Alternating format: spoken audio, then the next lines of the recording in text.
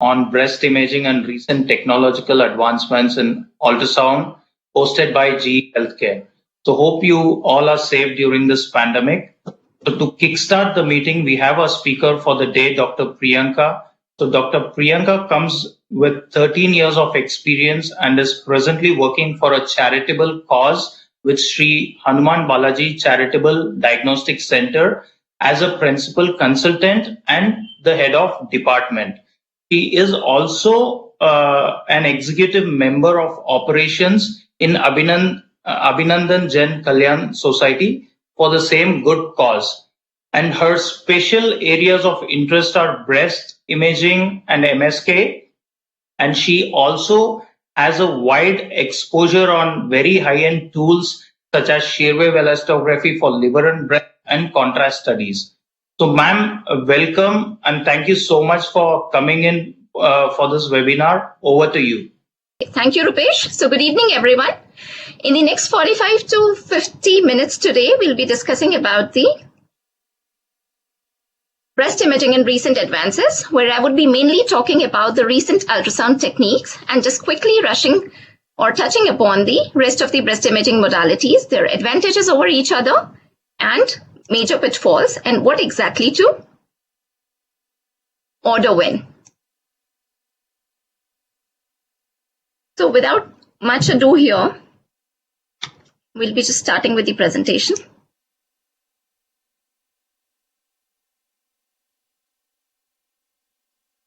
So when we talk about breast imaging modalities, we have numerous of them ranging from conventional mammographies to the newer techniques like positron emission mammography, ultrasound elastography, contrast enhanced ultrasound, and MVI or microvascular imaging. Now, when we talk about mammography, let's have a quick review about the mammographic breast anatomy first, wherein this image, you can see that this is the mammary zone here, which contains the fibroglandular parenchyma, which appears as hyperdense, and interspersed lie the fat lobules, which are appearing as lucent here. Superficial to it lies the pre-mammary zone or the subcutaneous fat, and beneath it or between the mammary zone and the pectoralis muscle here lies the retroglandular zone or the retroglandular fat. Now, to report any breast lesion, we have devised a breast clock here, which I would be telling you on the right breast here, that from 12 to 3 o'clock position, we have our inner upper quadrant, 3 to 6 o'clock position, the lower inner quadrant, 6 to 9 o'clock position is the lower outer quadrant, and likewise 9 to 12 o'clock is the upper outer quadrant. So in mammographies, we have varying compositions of breast ranging from composition A to D, in which the composition A is an entirely fatty or homogeneously lucent breast here that you can see. And composition D is predominantly a fibroglandular breast, which is extremely dense on mammogram. So all of us are familiar with the mammographic indications here, which is mainly used for screening the asymptomatic women who are 50 years and over, and for those who are symptomatic or who have a risk of developing breast cancer and who are 35 years and over. Now, American College of Radiology has specified as BIRADS for mass descriptors in mammography, wherein masses were described in terms of their shape, margin, or density relative to the glandular parenchyma, which could be high, equal, or fat-containing. Now, what exactly to look for when we have to assess and characterize benign from malignant masses on mammograms is that the benign masses are well circumscribed, they have smooth margins, and they may have a low density or a fat-containing density as at the center as compared or as opposed to the malignant masses, which have a denser area at the center as compared to the periphery of the lesion, and they are actually poorly defined. They have high density, and they may show lobulations and spiculations at the margins. Now, BIRADS classification for mammography and ultrasound is just the same, so I would be taking it up when I will be discussing the ultrasound part. Digital mammography definitely has an edge over the conventional mammography with its increased contrast levels. As you can see here in this image, that this is the conventional mammogram, left breast MLO view, wherein you can see that there is a spiculated mass lesion line here, which is much more conspicuous on the digital mammogram as compared to the with the increased contrast levels it has as compared to the surrounding breast parenchyma. And if you can appreciate here, there are tiny pleomorphic calcifications that are more conspicuous at the periphery of the mass, which were not seen on the conventional mammogram. Now, digital breast tomosynthesis, or DBT, uses a flat panel technology, which actually creates a volumetric reconstruction of whole breast from a finite number of low-dose 2D X-ray projections. And it is mainly useful in dense breasts where we need to avoid the overlapping fibroglandular parenchyma, which is actually masking the tiny masses lying there. That is an image just to show you that this is the multiple projection images, and that is the processed image of DBT, wherein you can see that the tiny focus of architectural distortion here has become much more conspicuous as the rest of the images. Now, when we already had so many modalities existing on the platform, why an adjunct of ultrasound was even required? It was required because there were errors in the technique or the detection or the interpretation of the lesion by the radiologist, or the tumor morphology was such that it was actually completely merging with the surrounding breast density. I would like to emphasize here that 10 to 15% of breast cancers are mammographically occult, and the axillary assessment was not that feasible with the mammograms. And that is where the ultrasound came into picture. As you can see here, this is the 44-year-old female breast image, CC and MLO views of mammograms. She came with a palpable right breast mass, and we clearly missed the mass lesion on the mammograms. And when we performed an ultrasound, we were able to see a 10 mm suspicious looking hypoechoic lesion here with posterior acoustic shadowing. As I spoke of axillary assessment, ultrasound is of course the best modality here with a better patient compliance, as it is a pain-free procedure, and it of course carries the ease of FNAC with its real-time imaging, of course with an added advantage of Doppler to look for the internal vascularity of the lesion and for axillary metastasis. So let us talk about sonomammography. Advantages, as I said, over mammography are numerous, including the increased access to the retropectoral lesions and lymph nodes which were missed on mammograms. Now, sonomammography indications we are familiar with, that we can assess women aged any age group of women with sonomammography, and patients coming with breast inflammation, with painful breasts, augmented breasts, and breast lump in males, and of course with the real-time guidance of needle biopsy or hook wire localization. So when we are speaking about ultrasound, let us have a brief review about the ultrasound breast anatomy, wherein at the center lies the nipple, which is hyperechoic, casting posterior acoustic shadowing. Surrounding it lies the areola, beneath which is the subareolar region. That's the skin here, fascia superficialis, and that is the pre-mammary fat. Here lies the mammary zone, which contains the fibroglandular parenchyma, and interspersed are seen the ducts as tiny linear anechoic structures or branching structures, which are embedded within the fibroglandular parenchyma. Behind it is the retromammary fat here, and above, beneath it lies the pectoralis muscle. So just a brief review about the ACR BIRADS 5th edition atlas. The masses are described in terms of their shape, orientation, margin, echo pattern, boundaries, or calcifications, which could be seen within the mass, outside the mass, or they might have an intraductal component.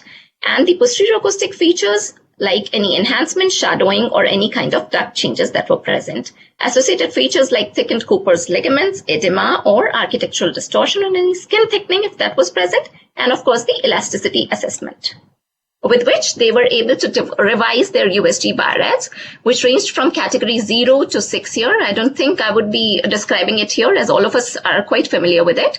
Just to emphasize the category 4 here, which was given subcategories as 4A, B, and C, because the likelihood of malignancy had a larger span here, which ranged from greater than 2% to less than 95%. And this is where we start advising our FNAs or percutaneous or surgical biopsies, which of course we continue for category 5, which actually contains speculated lesions, and the category 6 had the biopsy proven malignant cases. So that is the image of an 82-year-old female ultrasound B mode image. Just pardon me for the poor quality image here. This is just the right breast showing you an hypoechoic irregular mass lesion lying there. And when we switched on to pulse Doppler, we could actually see that there was a triphasic waveform here with a high PSV, which was more concerning for malignancy. That is the image of a 63-year-old female left breast, which actually showed an ill-defined, suspicious-looking lesion from 4 to 6 o'clock position, which actually lacked the margins of a mass lesion, of a typical mass lesion, and that is where we can think of the diagnosis of hamartomas, or a breast within a breast appearance masses.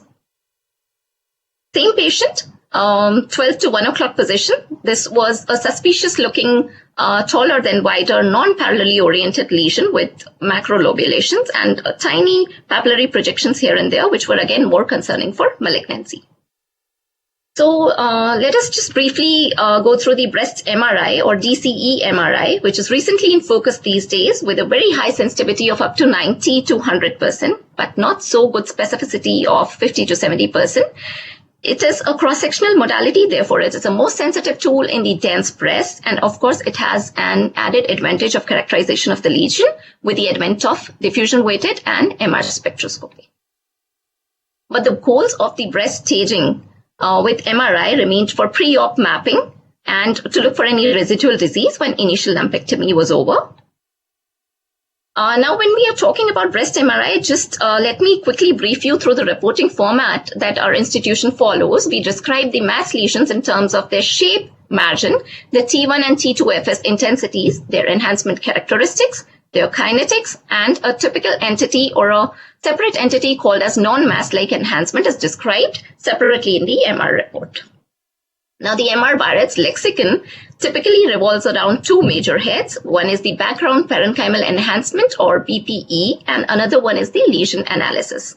Now, BPE is just a newly formalized BIRADS feature to be described in any MR imaging report, and it ranges from minimal to marked, and it is, of course, hormone dependent, and that is the reason that it changes with if the patient is pregnant or she's lactating or the patient is on hormone replacement therapy.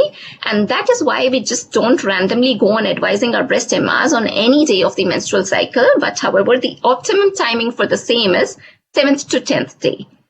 A lesion is basically a unique enhancing entity on first post-contrast sequence that is clearly different from BPE. And a lesion is analyzed in terms of its kinetics or morphology. Kinetics I will be taking when I would be discussing the graphs here. And on the basis of morphology, a lesion is either less than 5 mm in size, where it is termed as a focus, and a focus is too small to be characterized. And when such foci are distributed bilaterally in both the breasts, we need not to describe the foci separately in the MRI report. We can just describe them as a part of BPE. Masses are actually greater than 5 mm in size, and they are actually described again in terms of their shape, their margins, their enhancement characteristics, and their kinetic curves.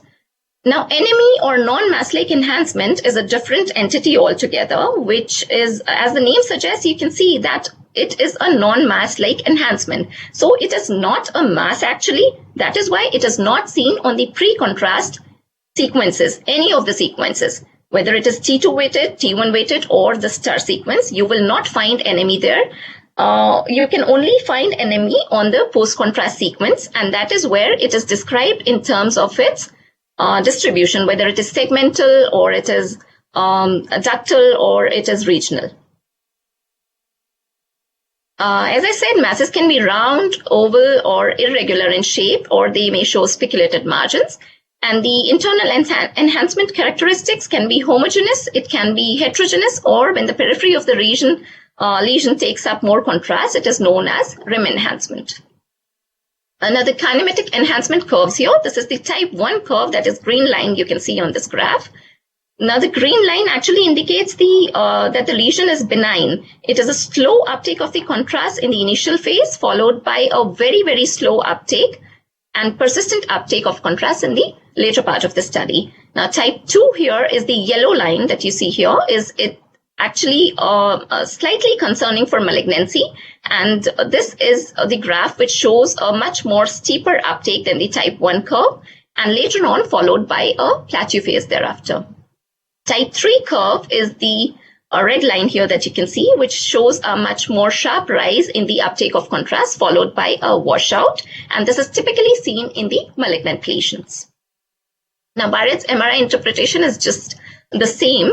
Now, what I would like to emphasize here is your MRI just cannot replace your ultrasounds and mammograms because of the major pitfall that it carries with the BPE or background parenchymal enhancement. And this enhancement is sometimes so marked that it actually masks the tinier or smaller lesions present there in the background. And that is why a negative MRI should never deter you from taking the biopsy of a sonologically suspicious lesion, which you have categorized as BIRADS 4 or 5. Now, all said and done there, when you have your patient on table, you have assessed the patient with the mammograms and all the newer elastographies and all the ultrasound techniques. The patient goes through MRI and you see that it is a suspicious and suspicious looking lesion lying there. You advise, and you are actually justified to advise a biopsy in there. And the biopsy shows that the lesion is actually a malignant lesion. Now what to do? Now the next step is to take an FDG PET CT of the patient just to look for any distant or regional metastasis. Of course, it has a very high positive predictive value here of 96%, and it is a single-stop investigation for locoregional staging and complete body assessment for the detection of suspected or unsuspected metastasis. Now, that is just an image of the FDG PET CT radio tracer uptake image here and anatomic correlate of the same, just to let you know that this bigger lesion, which was there in the right breast, was actually seen on the anatomic correlate image. However, the tiny or the smaller lesions that were embedded in the fibroglandular parenchymas were actually missed on the anatomic correlate here, and they were so brightly made out on the radio tracer uptake image, and that is how the FDG PET CT helps. Of course, it has its own limitations that for the smaller lesions less than 5 mm in size, the sensitivity actually significantly drops to 53% from 92% for lesions that were greater than 2 centimeters. That is where your breast-specific gamma imaging or SINT mammography comes into picture, because it has a 95% detection rate for tumors which are actually 5 mm in size. And most interesting fact about this investigation is it has a very high negative predictive value, which is particularly useful in mammographic BIRADS 3 grade tumors. And the specificity and sensitivity of BSGI is greater than that of MRI and PET CT. Now, this is just an image to show you here that a chemosensitive mass lesion takes up much more radio tracer than the chemoresistant lesion. All right. So let us move on to the recent advances in breast imaging. This is a very interesting investigation modality called as positron emission mammography, which uses a dedicated breast PET CT device, and which is many studies are being published to further assess the PEM or positron emission mammography for its advantages over other modalities. The sensitivity and specificity of PEM are either greater than or equal to MRI. Now, the question arises that why actually a dedicated breast PET CT device was even required when we already had a whole body PET CT lying there on the same platform. It is because the answer lies in this slide here, that the diagnostic accuracy of PET and PEM when used as an adjunct jumped up to 76% from 60% when they were used alone. So much to choose from, so little information, and the question remains to biopsy or not to biopsy. What we actually follow is a modified triple assessment rule here when your clinical breast examination stays and the mammography and FNECs are actually used as an adjunct, or they're entirely replaced by ultrasounds and your core biopsies.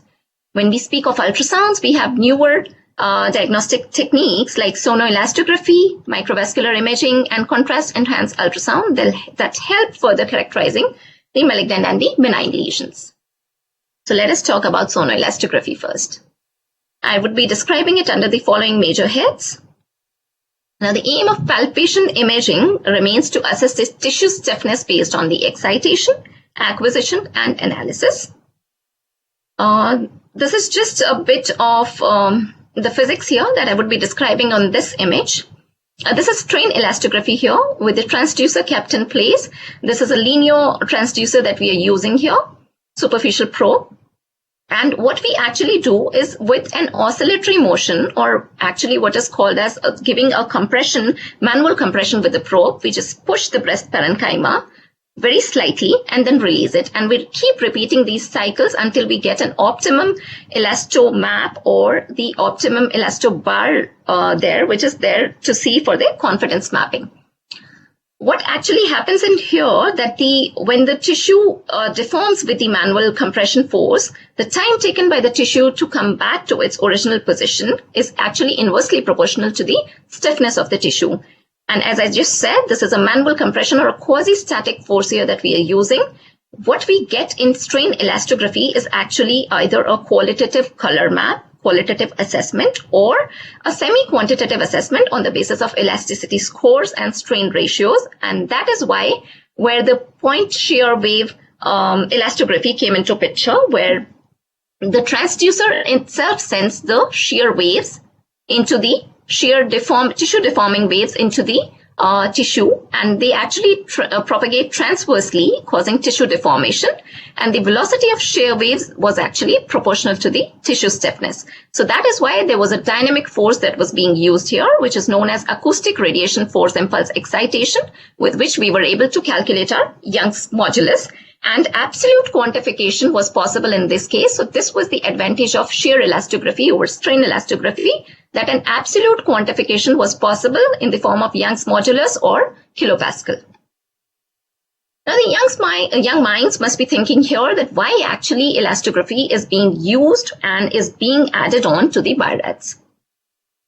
There is enough literature that suggests that inclusions were detected by all elastography systems, even if they were poorly visualized on B mode, and they were even better detected when they were harder.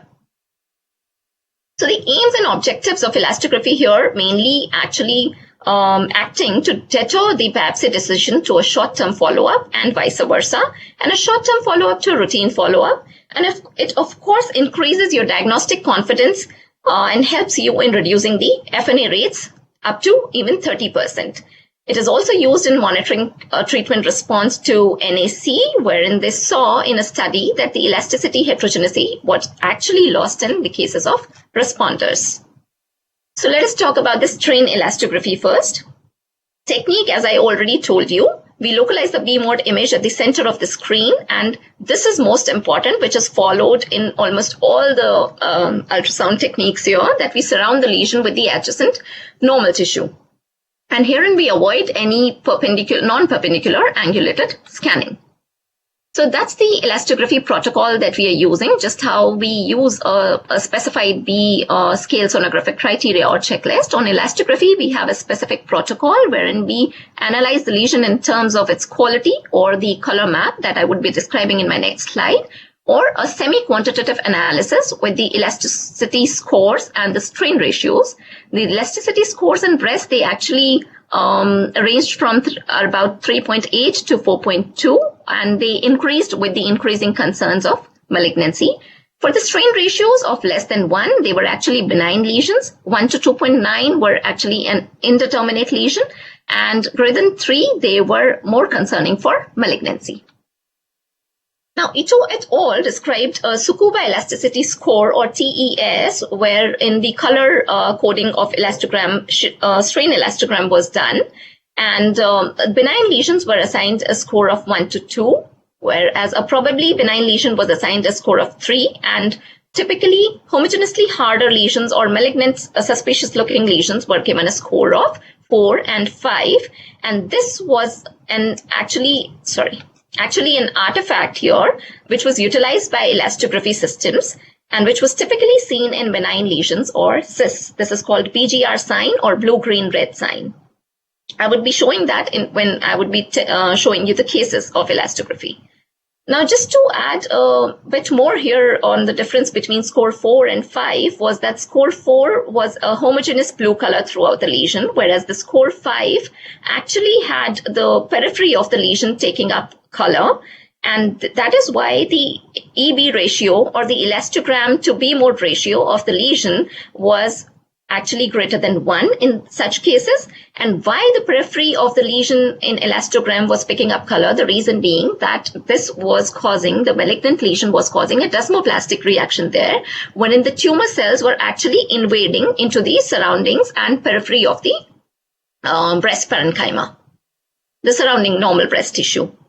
And this actually acts as a feather in the hat of a radiologist, because Richard D. Barr in 2012 actually stated then that a score of EB ratio of less than 1 is certainly seen in a benign lesion and greater than 1 in a malignant lesion. This carried a 100% sensitivity and a 95% specificity in these cases to further characterize the malignant lesions. Of course, no modality is devoid of its pitfalls, and sonoelastography also has its own pitfalls, like false positive cases were seen in cases of calcified large fibroadenomas and breast implants, and false negative cases were seen in cases of mucinous carcinomas, cystic inflammatory carcinomas, and deep set lesions. And as I said, absolute quantification was not possible in this case, and that is where your shear wave elastography came into picture. The technique about shear wave, as I have already described, so I won't be repeating it here. Just to add on here, that the qualitative assessment was made on the basis of a 4-color pattern classification in shear wave elastography, and the range for color scale within the ROI ranged from 0, which carried the lowest stiffness, to 180 kilopascal, which carried the highest stiffness. Now, just to add on a bit more here about the technique, this is a confidence or a quality map on shear wave elastography that you see. What actually are the things that should be avoided here? As you can see here, wherever there is a homogeneous color, we can actually predict that the shear waves have propagated well through these regions. Wherever there is a heterogeneity of colors, those areas should be avoided. Like we have placed our cursor here just to show you that this measurement should not be taken. It should be avoided wherever there is a heterogeneity of the colors, which means that the shear waves have actually not propagated well here. Again, second thing is the overlap of the cursor should be avoided, like in this case, as you can see here. Third thing, your ROI should not be that big. It should be around 2 mm in size. So that is just to show you here what actually should be avoided in cases of shear wave elastography. As I just said, there is a 4-color pattern classification. I would be just showing it here on this slide. Pattern 1 actually had those lesions which were not actually different from the color within the lesion was not actually different from the surrounding breast parenchyma. Pattern 2 actually had those artifacts which were actually quite frequently observed in shear wave elastography, and they were actually known as vertical stripe pattern artifacts. And what happened in these cases was that the color actually flowed out of the lesion in a cord-like fashion towards the thoracic wall. And this artifact was actually observed in those cases which were deep-seated and lying near the thoracic wall. Pattern 3 had a periphery of the lesion taking up different color than the center of the lesion, and this was known as the stiff rim sign here. And the reason of stiff rim sign again was due to the desmoplastic reaction, or because of the differential shear wave that it carried, that the periphery of the lesion actually had high speed shear wave going through it, and the internal part of the lesion had a low shear wave. Pattern 4 had the heterogeneity of colors scattered throughout the lesion. So the best applications of shear wave elastography were again to recategorize the lesions of category 3 and 4A in order to attempt to reduce unnecessary breast biopsies again, and for the cancer prognosis and response to NAC. Now, there was a very big multinational study by Burge et al., which actually assessed about thousands of breast masses. And there were certain rules in this study which stated that a cutoff value of 80 kilopascal or 5.2 meter per second can be used with ideal efficacy to differentiate between the benign and the malignant masses. But a BIRADS 3 lesion with a higher stiffness of greater than 160 kilopascal must be upgraded for biopsy, and a BIRADS 4A lesion with a low stiffness or a very softer lesion which showed that there was the stiffness of less than 30 kilopascal here can be managed conservatively. Of course, shear wave elastography features, when added to BIRADS assessment criteria, they improved the specificity of ultrasound mass assessment without losing the sensitivity. Now, how to just go on applying your shear wave elastography when you have a BIRADS 3 and a 4A lesion here? On elastogram, either you'll see that whether the lesion is suspicious or it is a benign appearing lesion. So for BIRADS 3, when it is an elastographically suspicious lesion, you can confidently upgrade the lesion to BIRADS 4. And when the elastography shows a benign lesion, you can safely downgrade the lesion to BIRADS 2. And that is where you can justify your biopsies here in BIRADS 3 lesions. That is how SWE actually helping us to justify those biopsies. In a BIRADS 4A lesion, again, the similar criteria is there, that when you have an elastography suspicious lesion, 4A can be upgraded safely to 4B and managed accordingly. And when BIRADS 4A shows lesion shows an elastography benign appearance, then you can safely downgrade the lesion to BIRADS 3, avoiding those biopsies. So just a quick review about the 3D shear wave elastography. That one of the studies by Shen et al. Suggested that the coronal plane out of the 3 orthogonal planes that we use, coronal, sagittal, and axial, coronal plane yielded the highest area under curve and sensitivity for diagnosing malignant lesions, and it had a higher specificity than the conventional ultrasound. Whereas a study by Choi et al. Indicated that the 2D shear wave elastography and the orthogonal planes of axial and sagittal were exhibited superior diagnostic performance than the coronal ones. And the specificity and sensitivity comparison was done in this study between the 2D and orthogonal, all the orthogonal planes of 3D shear wave elastography. Now, in this image here, that's a V mode image here, in which you can see that there is a suspicious looking lesion, which is actually the posterior margins are not seen here, quite indistinct. And when we go on to our 3D shear wave elastography, it is a mammogram type of an image where you can actually see the surrounding architectural distortion, which was absolutely absent in the V mode ultrasound. So this is how it is helping us. Now this, what you can see here is again the periphery of the color taking up a different color than the center of the lesion. This is again the stiff rim sign, which denotes that there was a desmoplastic reaction going on in this case. So now angiogenesis, all of us know, is critical to tumor development and metastasis, and that is why there are so many newer techniques and investigation modalities which are actually picking up color inside these breast tumors are being used. One of them is contrast enhanced ultrasound, which uses microbubbles and blood pool agents, and it can be effectively used to display the imaging of microvessels. The technique of CEUS is more or less same here. The patient lies in supine position, and we actually use our grayscale and color Doppler ultrasounds to scan the breast lesions and to assess for other features like size, position, echogenicity, calcification, or any intralesional vascularity if present or not. And then we select the maximum plane. As I just said, it is common with all the techniques, which includes the surrounding normal tissue of the breast parenchyma. And we switch on the contrast mode for contrast enhanced ultrasound, and the machine parameters are adjusted. Now this is followed by a 5 ml sterile normal saline push, again followed by a 2.4 ml contrast agent in a bolus fashion, and a continuous imaging is performed immediately following this, which lasts for about 3 minutes. Now in contrast enhanced ultrasound, the lesions are actually categorized in terms of their enhancement degree, which could be hyper, iso, or hypo enhancement, or in their enhancement order, which can be centripetal, centrifugal, diffuse, homogeneous, heterogeneous, or a peripheral enhancement. And of course, any perfusion defect present within the lesion is also kept in mind. And the lesions are again categorized as there was an EB ratio, which was seen greater than 1 in cases of malignant lesions. Here on CEUS, similar way, the lesions are characterized in terms of whether the lesion is enlarging or it is a non-enlarging lesion on post-contrast scan. And we also look for the presence or absence of any penetrating vessels.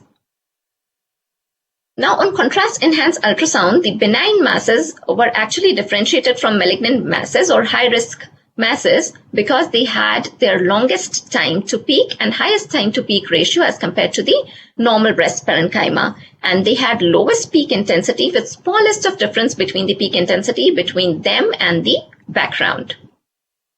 Now, in a particular interesting study, there were some typical features that were observed which had correlation with the molecular biology of the masses, that the absence of penetrating vessels and centripetal enhancement was actually showing significant correlation with the VEGF negativity. And hyperenhancement was common in tumors with a positive CERBB2 expression. Now that is the B mode image here that shows that there was a macrolobulated lesion seen here. This was a 70-year-old female. This is an indefined hypoechoic lesion that was seen here. And on performing the color Doppler, we saw that there was a rod-shaped blood flow. And on performing the contrast-enhanced ultrasound, there is a homogeneous hyperenhancement and enlargement of the affected area that is seen. On HPE, this was a proven grade 3 invasive ductal carcinoma with a positive ER expression. Now, the future perspective of contrast-enhanced ultrasound lies in lesion characterization, and it can be used as a clue to guide treatment protocols for breast cancers with different sizes.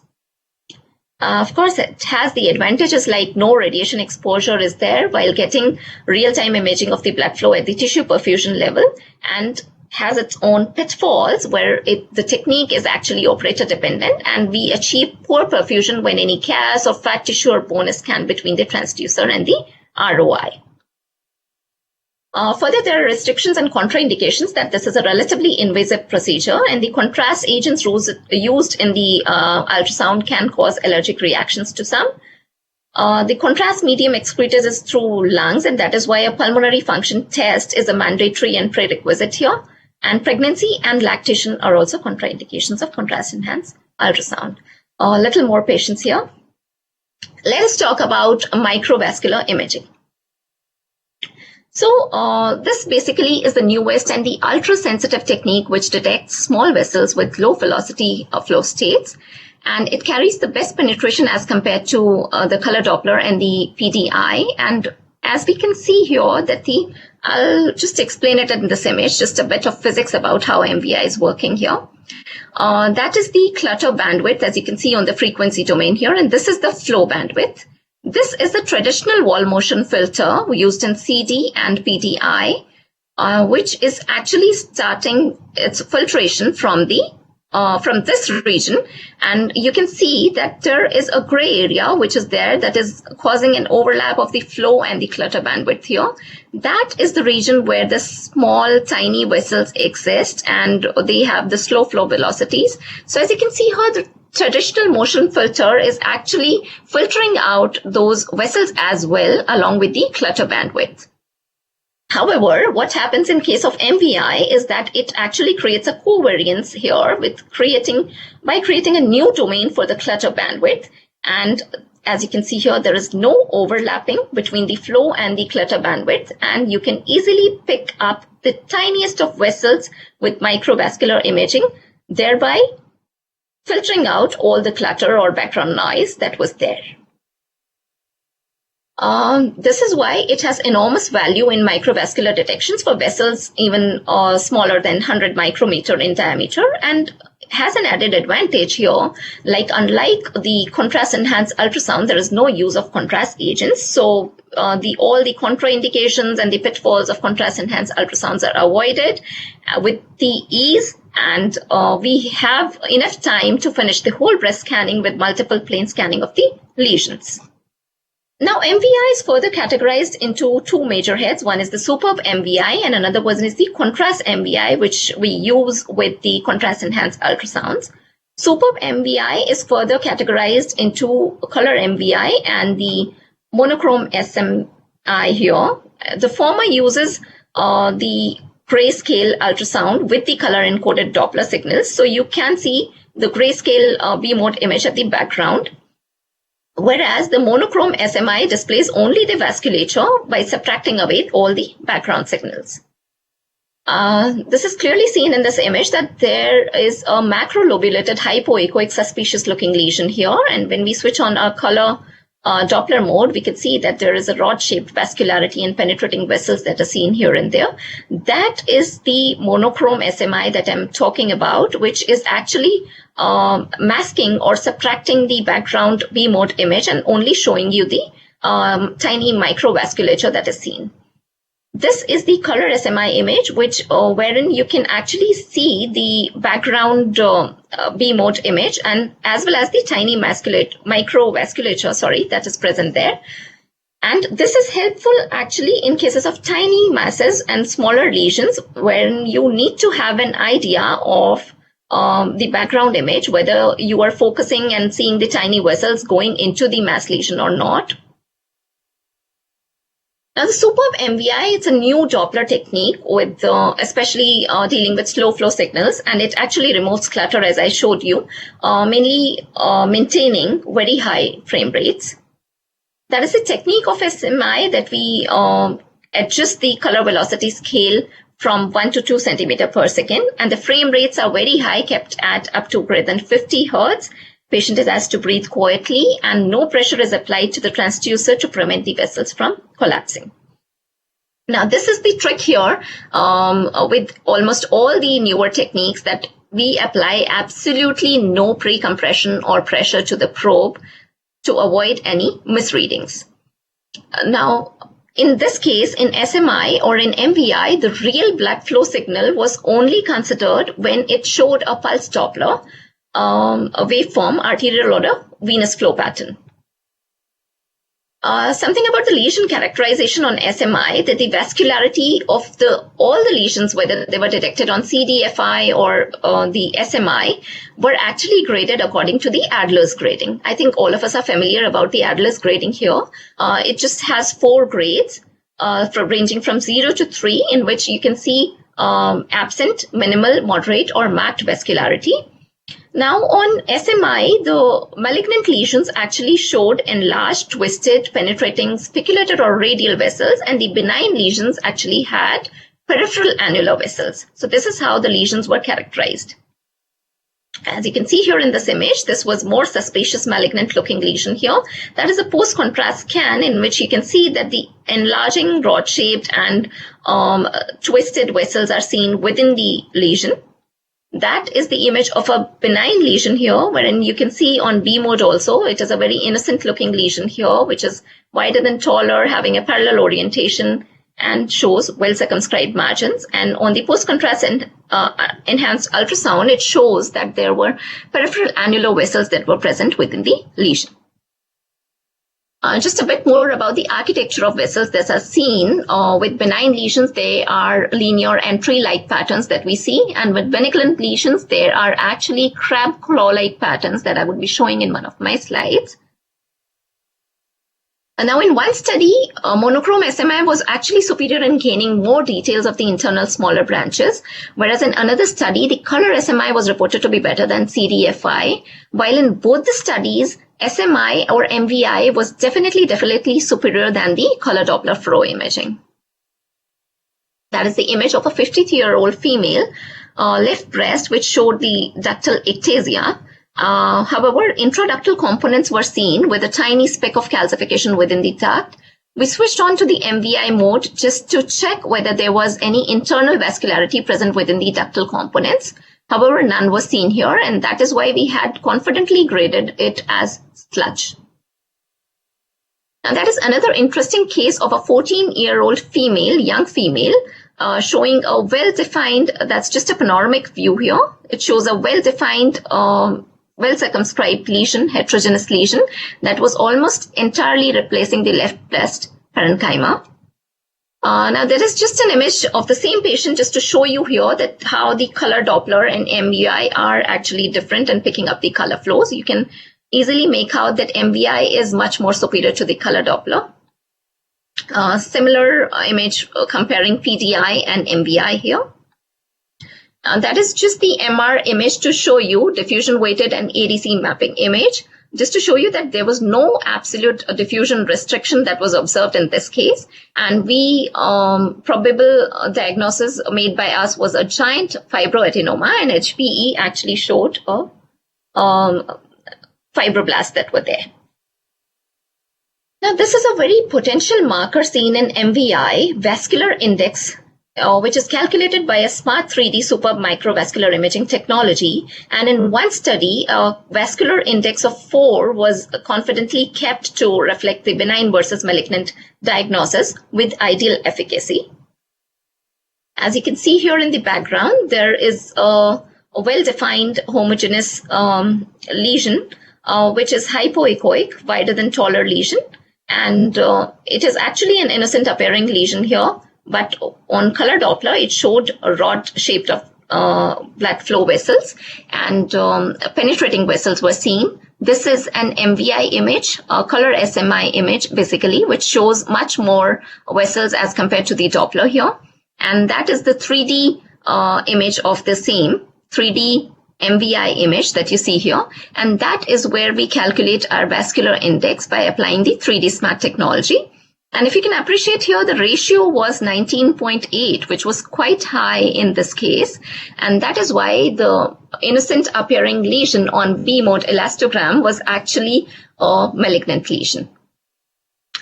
Of course, MVI also has its own limitations, like it can only be used with ideal efficacy in superficial masses. Now, this is a very tricky case here that I would like to present to you. This is a macrolobular lesion on B mode ultrasound, and that is why a category of BIRADS 3 was assigned here. When we switched on our pulse Doppler, we were able to see that there was a triphasic waveform seen in here, and that is why we were tempted to increase the BIRADS score. Now, this is the color Doppler image where you can see that there were the penetrating vessels and rod-shaped blood flow that was seen here. That is the monochrome SMI image, which is actually showing the crab claw pattern that I described for malignant lesions. Then a shear elastography was performed in the same case, wherein we actually had the benign values in this case. That is the MRI image of the same patient showing a hyper-intense lesion as compared to the fibroglandular parenchyma. And of course, same is going with the STIR images or T2FS images. And that is a diffusion weighted and ADC image here, just to show you that there was nothing that appeared low on ADC. So basically, almost all the modalities or the newer investigation techniques, inclusive of MVI, pulse Doppler, and the color Doppler, were showing suspicion for a malignant lesion here, while the shear wave elastography and the MRI were actually showing that this was a malignant lesion up till here. Now we performed a contrast scan or DC MRI on the same patient, and we saw that there was a homogeneous uptake of the contrast. Kinematic graphs were processed, and as you can see here, there was a slow persistent rise in the uptake of contrast in this lesion, and that is why we graded it as a type 1 curve here, which is certainly again going in favor of a benign lesion. Now that is the MRS multivoxel image here that is shown. We performed the multivoxel MRS on the same patient, which showed the lipid lactate peak here, and no choline peak was observed, which was again favoring a benign lesion. So the biopsy is still awaited due to COVID in this case, and I would surely let you know what the lesion comes out to be. Now this is the case here with a BGR sign that I had described in the Tsukuba elasticity score. As you can see here, this is a benign, actually cystic apparent lesion on the B mode, which has a posterior acoustic enhancement, and that is the BGR sign or blue, green, red sign, which is an artifact. The elastography is utilizing this artifact, and it is actually seen in benign lesions. That was again the case of a young female in which there was a cyst with internal debris and a layering pattern was seen here. Now that is the case of a 32-year-old young female in which who came with painful breasts, and there was a well-defined small hypoechoic, taller than wider, non-parallelly oriented lesion was seen, and that is why a category of BIRADS 3 was assigned here. When we performed an elastogram, we saw that there was homogeneous green color within the lesion, and that is why a TES1 was assigned. Further, we saw that the strain ratios were less than 1, and elasticity score was 1.8, and this is how the elastography is helping us in further characterizing such lesions. Now, this was again a case of 21-year-old young female with lump in left breast, wherein the grayscale findings shows a well-defined pseudo-encapsulated lesion, and we performed elastogram just to confirm that there was a mosaic pattern in here. The strain ratios were 1, and that is why a Tsukuba elasticity score of 2 was given in here. That is again a case of a 42-year-old female, quite interesting case here, wherein we found that there was, she had pain in the right breast with nipple discharge, and we found that there was a well-defined lesion here, of course, with few areas that were showing indistinct margins, and therefore we thought that this could be a DCIS lying in there because the terminal duct was dilated, the proximal duct was dilated basically, and this was present in the terminal portion of the tract. And therefore, we assigned it a BIRADS 4. But when we performed elastogram, we saw that there was typical mosaic pattern that was lying in the lesion.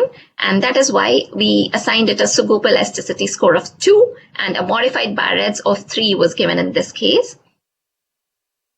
The strain ratios were less than 1 and the elasticity score was 1 in this case. The MVI showed peripheral annular vessels, which was again favoring the benign lesion. However, the patient did not wait for biopsy here and she went for a biopsy and it was an intraductal papilloma. Now, this is again a case of a 45-year-old female with a suspicious looking taller than wider lesion indenting the pectoralis muscle here. And as you can see, the posterior margins were somehow indistinct in this region. And that is why we assigned it a BIRADS 4 category on B mode. However, when we performed an elastogram, we saw that there was entirely a mosaic pattern that was lying in there and a Sugoop elasticity score of 2 was given. And that is why we confidently advised follow-up in this case. The strain ratios were also not very high in this case. That is the image of a 42-year-old female B-mode ultrasound image, wherein you can see that there was a wider than taller hypoechoic lesion with posterior acoustic enhancement with a BIRADS 2 here. And this was the elastographic image, which absolutely shows no strain, and that is why TES 4 was assigned. The strain ratios were calculated, and they were quite high in this case, and the HPE proved an invasive ductal carcinoma. Now, that is an interesting case here, 42-year-old female, lump in the breast. Mixed echogenicity, taller than wider lesion was seen on B mode, where the posterior wall was indistinct, and we were not sure about the depth of the lesion, or the absolute measurement of the lesion was not possible in this case. When we switched on to the Sugoop elasticity score, the 4C was upgraded to 5 here because the strain ratios were quite high in this case, and the HPE proved that this was an intraductal carcinoma. Again, another interesting case wherein we see that there is a hypoechoic, taller than wider, parallelly oriented lesion on B mode, and that is why a BIRADS 2 is given in this case. However, the lesion is quite superficial and lying near the skin surface. When the elastography was performed, there was a predominant homogeneously blue color, and that is why a Sugoop elasticity score of 4 was given. And HPE proved that this was an epidermoid cyst lying in there. Why I'm showing you this case is because there is a study by Patel et al. That shows that the most epidermoid tumors, they show predominantly blue color on elastography. That actually describes their hard nature, but they are benign lesions here. So this is a kind of pitfall that we see on elastography. Now, this is a BIRADS 4B looking lesion here, wherein you can see that there is enormous blood flow on color Doppler. And when we performed a pulse Doppler, we could see that there was an arterial waveform that was lying in there. But when we performed the elastography, we saw that there was a mosaic pattern in here, and therefore a modified BIRADS 3 was assigned. However, the patient went in for the HPE, and this was a Pro-1 mastitis carcinomatosa. So this is just for my non-radiologist friends here, if they have joined. Do not think that the radiologist actually missed on something, because there are different modalities which are specific for different entities and lesions. And one lesion can actually be missed on one modality and be very conspicuous on the other. And there are gray areas here wherein, like a phylloids is a very close differential of a fibroadenoma, and so on. So, just a take home here, elastography, strain, 2D point or shear wave actually helps in reducing the biopsy rates, as most lesions sent for biopsy are benign. So do not forget to see and assess yourself with a second thought whether you are actually justifying the biopsy of the lesion that you're sending. Microvascular imaging is the newest ultrasensitive technique here, which further helps in differentiating benign and malignant lesions. And contrast-enhanced ultrasound also has to play a great role in assessing washout in tumors, just like your MRIs, and assessing the post-chemotherapy response. PET-CT still remains the mainstay to look for metastasis and decide on the treatment options here. And PIM is, of course, a newer modality that helps, but this actually needs further studies based on the modalities use in basically further characterizing the lesions. And my dear colleagues, there is still nothing better than mammography to look for microcalcifications. Thank you.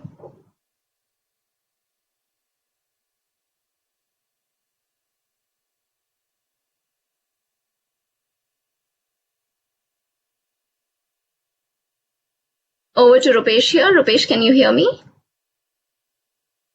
Yes, thank you so much, ma'am. It was such a wonderful talk from you on breast imaging and high-end technologies used in these particular applications.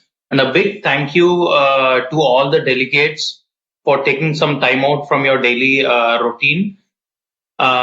Now, the next session would be the question and answer session, which would be, taken by Dr. Priyanka. Ma'am, if you could just help us out, in taking few of the questions and answering out to the delegates, it would be really great. Over to you. Help me with the link, Rupesh. Where do I have to click to see the question and answers here? Ma'am, I've just shared you the link in my mail and WhatsApp. Right.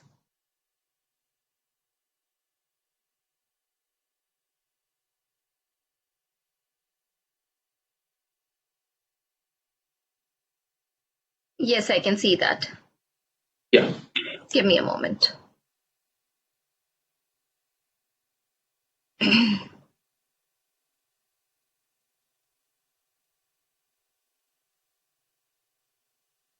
Now, shall I take it, Rupesh?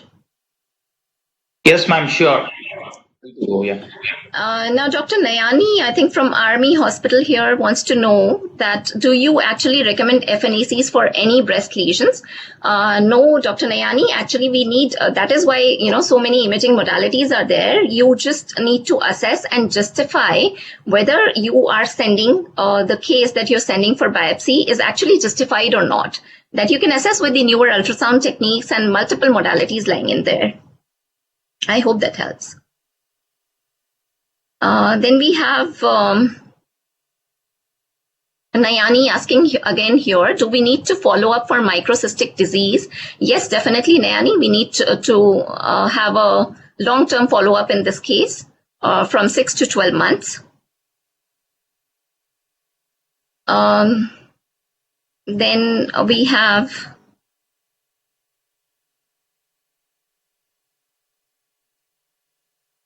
what are the advantages by Dr. Divya Ames? She's asking what are the advantages of MRI over UST in characterizing the lesions here. Yes, of course, MRI has an advantage, as I spoke of in my presentation as well. But as I said, your MRI shall never deter you from going on to biopsy a lesion which is sonographically suspicious lesion, and wherein you have assigned, sonologically you have assigned a grades of BIRADS 4 or 5. So definitely MRI should not deter you from taking biopsies of such lesions.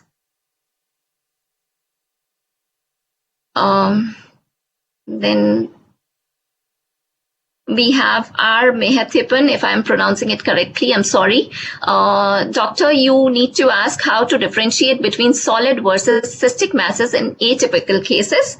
Of course, we have different investigation modalities here to differentiate between, I think you're talking about cystic solid mass and cystic mass particularly. Cystic masses will be morphologically characterized on the basis of B mode only, that you'll see that there are posterior acoustic enhancement and there will be clear anechoic area that will be seen, as well as, whereas in the solid cystic cases or complex cystic masses, you can actually see that there is a change in the morphology, wherein you will have different, either you will have a mural nodule, or you will have enhancing rim, or you will have enhancing component within the lesions.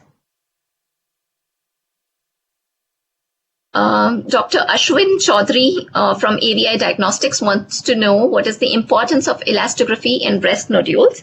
Or I think, Dr. Sab, you want to know in breast masses, basically. Yes, of course, elastography helps in characterizing the breast masses. I think my presentation was enough on that you can actually characterize with strain and shear wave elastographies, and of course, with the newer techniques like MVI.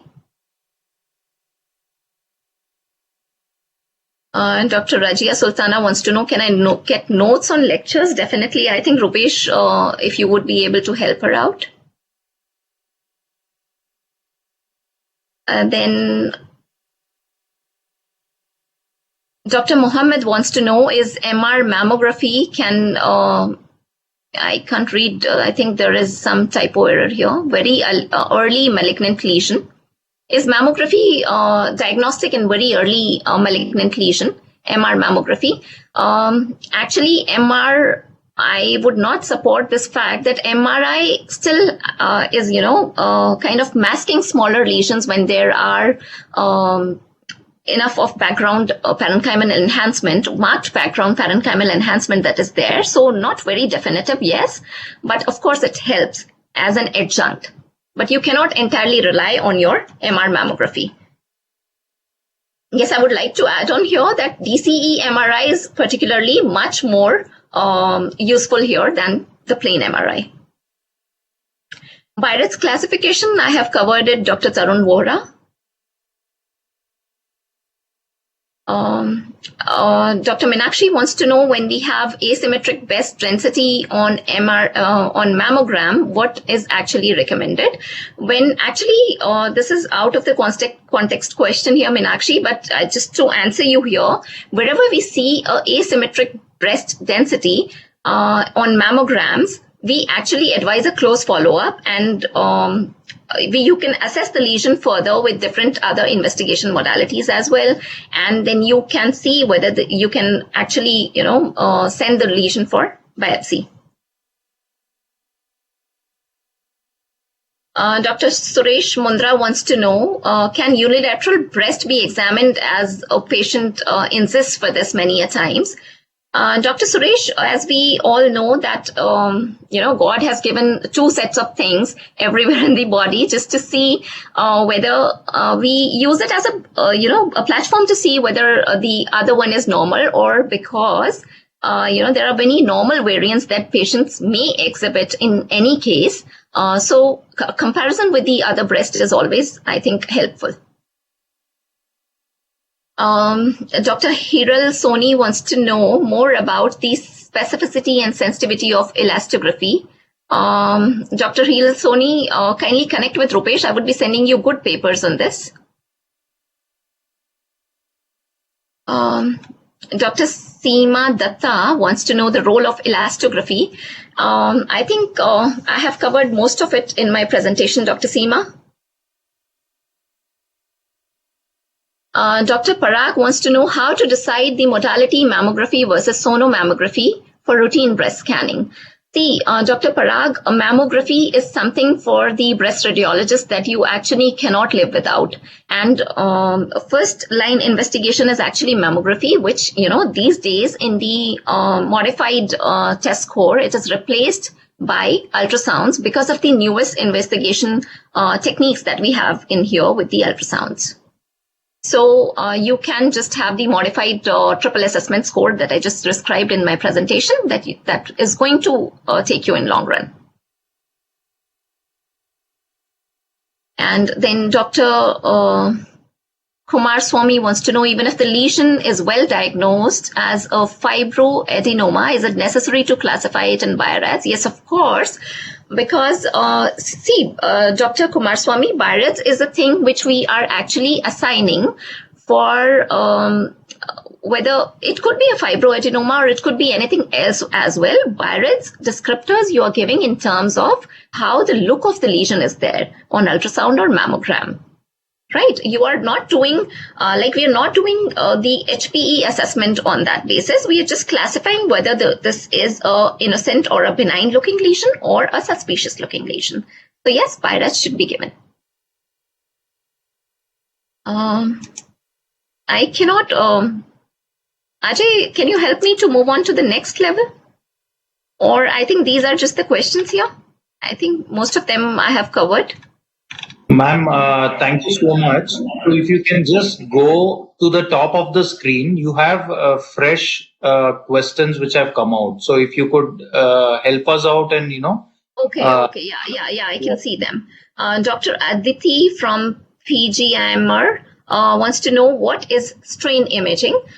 So Aditi, strain imaging is basically a modality in which strain elastography is used, and what you do is basically you assess the lesion in strain elastography on 3 categories or platforms. First is the color map that the elastography is showing you, which is based on the Tsukuba elasticity score that I just told you about, and assess the lesion qualitatively, basically on the basis of that. You assign a score.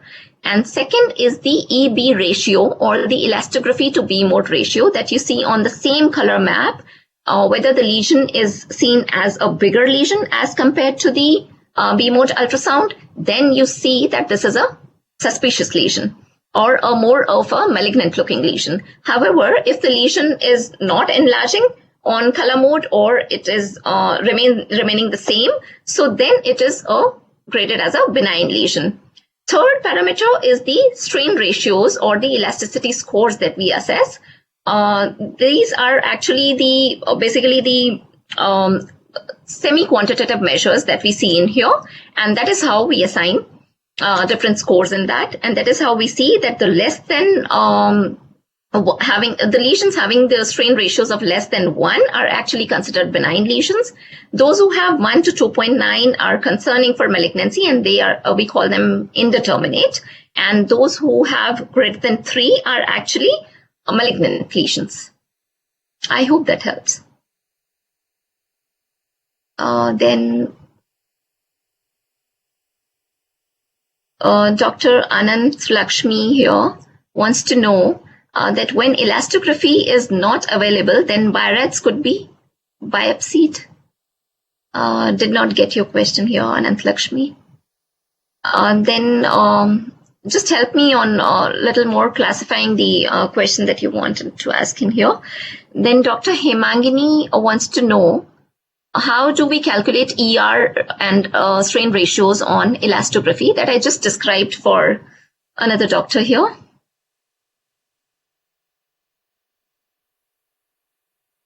Then Dr. Murali wants to know how this elastography, both shear and strain wave, help you in ruling out benign and malignant lesion.